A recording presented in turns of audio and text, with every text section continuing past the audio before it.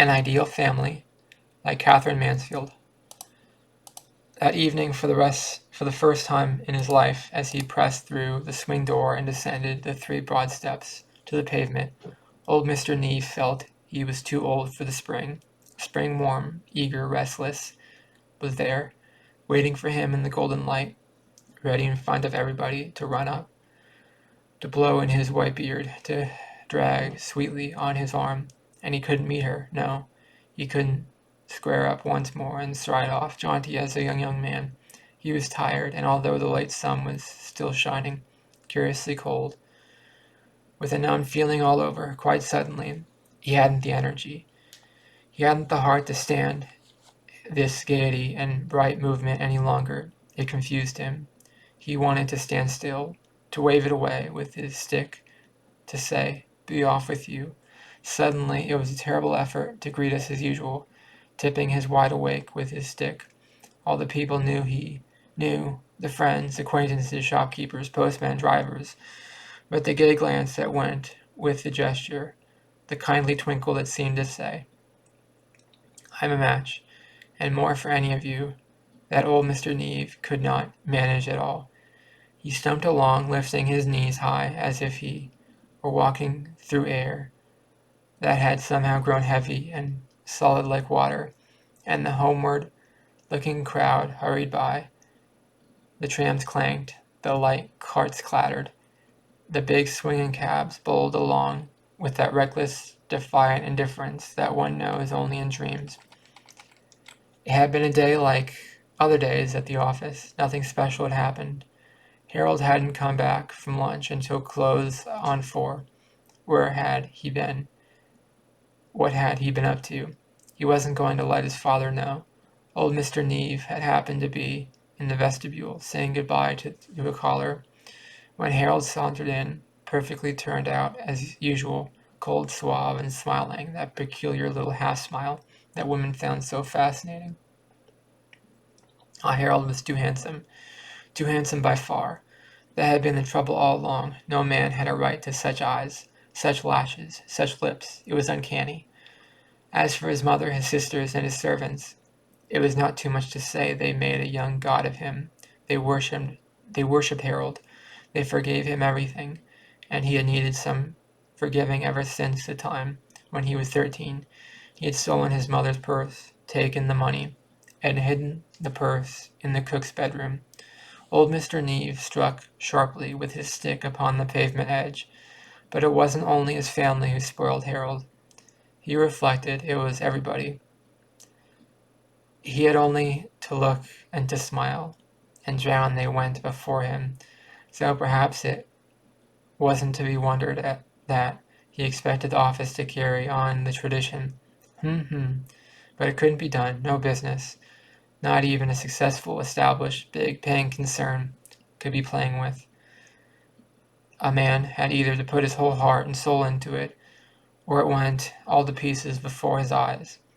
And then Charlotte and the girls were always at him to make the whole thing over to Harold, to retire, spend his time enjoying himself. Old Mr. Neve stopped dead under a group of ancient cabbage palms outside the government buildings, enjoying himself. The wind of evenings shook the dark leaves to thin and airy cackle, sitting at home, twiddling his thumbs, conscious all the while that his life's work was slipping away, dissolving, disappearing through Harold's fine fingers, while Harold smiled. "Why will you be so unreasonable, father? There's absolutely no need for you to go to the office. It only makes it very awkward for us when people persist in saying how tired you're looking. Here's this huge house and garden. Surely you could be happy in appreciating it for a change. Or you could take up some hobby." And Lola, the baby, had chimed in loftily, "All men ought to have hobbies. It makes life impossible if they haven't." Well, he couldn't help a grim smile as painfully he began to climb the hill that led into Harcourt Avenue. Where would Lola and her sisters and Charlotte be if he'd gone in for hobbies? He'd like to know. Hobbies couldn't pay for the townhouse, and the seaside bungalow, and their houses, and their golf, and their 60-guinea gramophone. in the music room for them to dance to.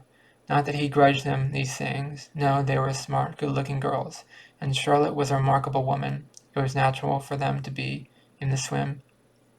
As a matter of fact, no other house in the town was as popular as theirs. No other family entertained so much. And how many times old Mr. Neve pushed the cigar box across the smoking room table, had listened to praises of his wife, his girls, of himself even. You're an ideal family, sir, an ideal family.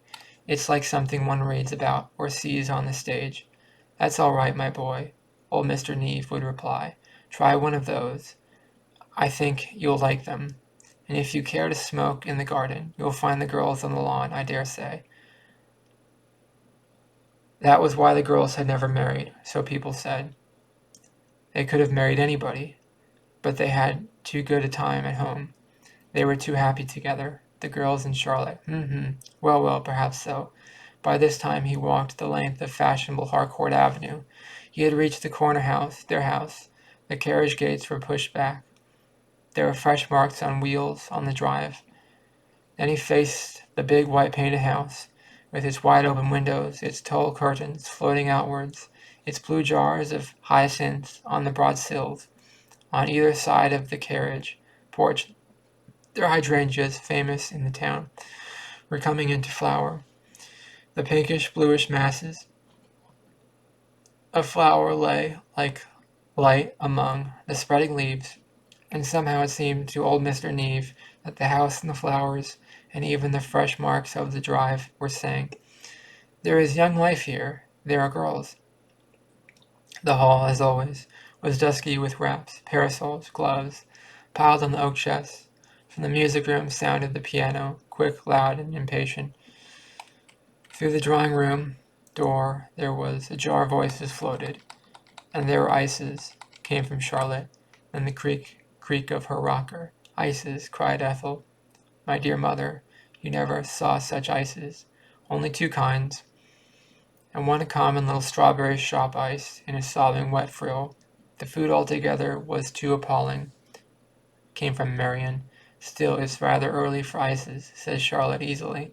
But why, if one has them at all, began Ethel. Oh, quite so, darling, crooned Charlotte. Suddenly the music-room door opened, and Lola dashed out. She started. She nearly screamed at the sight of old Mr. Neve. Gracious father, what a fright you gave me. Have you just come home? Why isn't Charles here to help you off with your coat? Her cheeks were crimson from playing. Her eyes glittered, the hair over her forehead, and she breathed as though she had come running through the dark and was frightened. Old Mr. Neve stared at his youngest daughter. He felt he had never seen her before. So that was Lola, was it? She seemed to have forgotten her father. But it was not for him that she was waiting there. Now she put the tip of her crumpled handkerchief between her teeth and tugged at it angrily. The telephone rang. Ah! Lola gave a cry like a sob and dashed past him. The door of the telephone room slammed. And at the same moment Charlotte called, Is that you, father? You're tired again, said Charlotte reproachfully. And she stopped the rocker and offered her warm, plum-like cheek. Bright-haired Ethel pecked his beard. Marian lips brushed his ear. Did you walk back, father? Asked Charlotte. Yes, I walked home, said old Mr. Neve. And he sank into one of the immense drawing-room chairs. Why didn't you take a cab? Said Ethel. There are hundreds of cabs about at the time. My dear Ethel, cried Marian, if father prefers to tire himself out, I really don't see what business of ours it is to interfere. Children, coaxed Charlotte. But Marian wouldn't be stopped. No, mother, you spoil father, and that it's not right. You ought to be stricter with him. He's very naughty. She laughed her hard, bright laugh and patted her hair in a mirror. Strange. When she was a little girl, she had such soft, hesitating voice. She had even stuttered, and now, whatever she said, even if it's only jam, please, father, it rang out as though she were on the stage. Did Harold leave the office before you, dear? Asked Charlotte, beginning to rock again. I'm not sure, said old Mr. Neve. I'm not sure. I didn't see him after 4 o'clock, he said, began Charlotte. But at that moment Ethel, who was twitching over the leaves of some paper or other, ran to her mother and sank down beside her chair. "There, you see," she cried. "That's what I mean, Mummy. Yellow with touches of silver. Don't you agree?" "Give it to me, love," said Charlotte. She fumbled for her tortoise-shell spectacles and put them on, gave the page a little dab with her plump small fingers, and pursed up her lips. Very sweet, she crooned vaguely. She looked at Ethel over her spectacles. "But I shouldn't have the train." "Not the train," wailed Ethel tragically, "but the train's the whole point." Her mother let me decide. Marion snatched the paper playfully from Charlotte. "I agree with Mother," she cried triumphantly.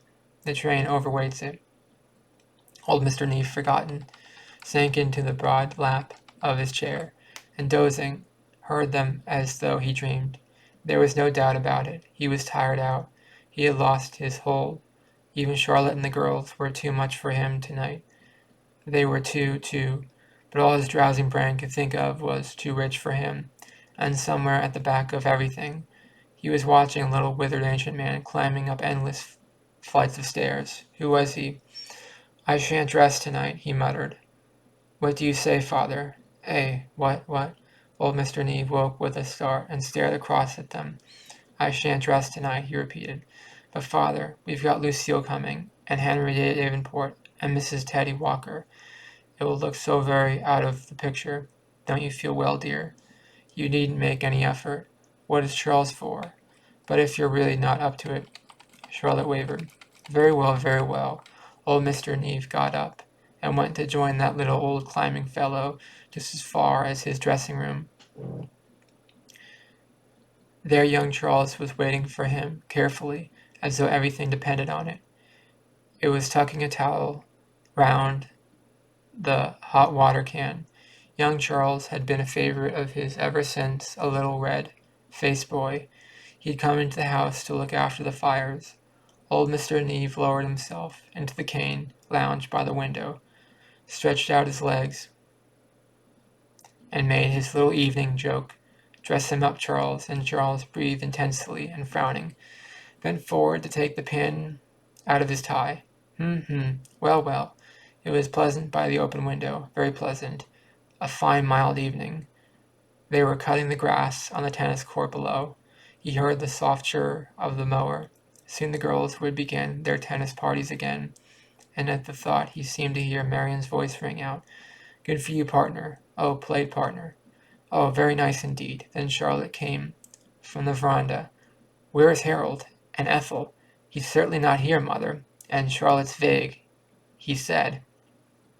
Old Mr. Neave sighed, got up, and put one hand under his beard, and took the comb from young Charles and carefully combed the white beard over. Charles gave him a folded handkerchief, his watch and seals and spectacle case. "That will do, my lad." The door is shut. He sank back. He was alone, and now that little ancient fellow was climbing down endless flights that led to a glittering, gay dining room. What legs he had! They were like a spider's thin, withered. "You're an ideal family, sir, an ideal family." But if that were true, why didn't Charlotte or the girls stop him? Why was he all alone, climbing up and down? Where was Harold? It was no good expecting anything from Harold. Down went the little old spider, and then to his horror, old Mr. Neave saw him slip past the dining room and make for the porch, the dark drive, the carriage gates, the office. Stop him, somebody. Old Mr. Neave started up. It was dark in the dressing room. The window shone pale. How long had he been asleep? He listened, and through the big, airy, darkened house, there floated away faraway voices, faraway sounds. Perhaps he thought vaguely he had been asleep for a long time. He'd been forgotten. What had all this to do with him, this house and Charlotte, the girls and Harold? What did he know about them? They were strangers to him. Life had passed him by. Charlotte was not his wife, a dark porch, half hidden by a passion vine that drooped sorrowful, mournful, as though it understood. Small, warm arms were round his neck. A face, little and pale, lifted to his, and the voice breathed, "Goodbye, my treasure, goodbye, my treasure." Which of them had spoken? Why had they said goodbye? There had been some terrible mistake. She was his wife, that little pale girl, and all the rest of his life had been a dream. Then the door opened, and young Charles, standing in the light, put his hands by his side and shouted like a young soldier, "Dinner is on the table, sir. I'm coming," said old Mr. Neve.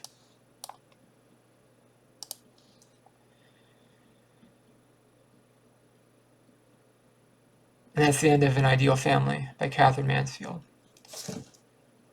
Yeah, I guess a family can look different to different people, and sometimes you just, sometimes it can be nice to have a big family, sometimes it'd be nice to have a small family, and, you have to accept how many kids you have and deal with them and raise them, and it is what it is, and there's not that much you can think about. You just roll with it, basically, and you love your family, and that's all there is to it. I like this story. I really like this author. I'm going to keep reading this author moving forward. Let me know in the comments below, what did you think of the story? Please subscribe to this channel to be part of the community. And please like this video. It really helps the channel a lot. Thank you for watching. Have a great day. Bye-bye.